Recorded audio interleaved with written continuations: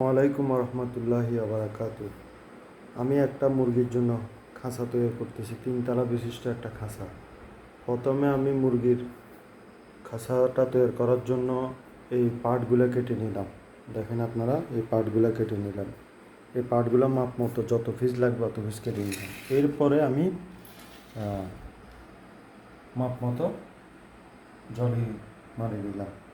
জলিটা মারা কমপ্লিট হওয়ার পরে আমি ঠিক এইভাবে ফ্রেমটাকে গেঁথে ফেললাম। আপনারা দেখেন, এভাবে ফ্রেমটাকে গেঁথে ফেললাম।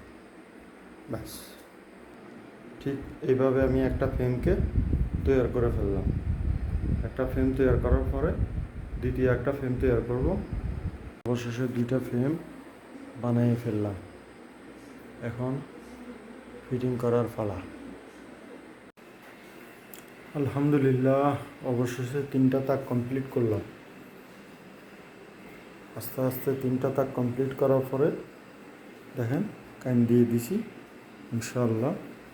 এরপরে পাশে নেট লাগানো শুরু করলাম। আলহামদুলিল্লাহ, অবশেষে আমার মুরগির বাসাটা কমপ্লিট হয়েছে।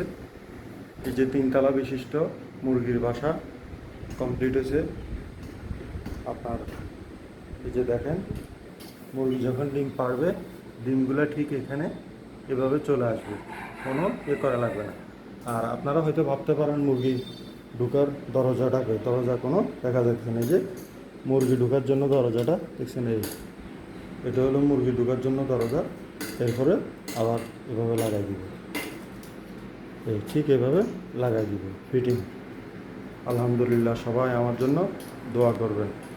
আর এখানে অবশ্যই আপনার মুরগি 5টা, রাতা 1টা, এভাবে পালা যাবে। ভিডিওটা অনেক লম্বা হয়ে গেছে, না হলে আপনারা বুঝতে পারবেন না, এই জন্য করা আর কি। আসসালামু আলাইকুম রহমতুল্লাহি ওয়া বারাকাতুহু।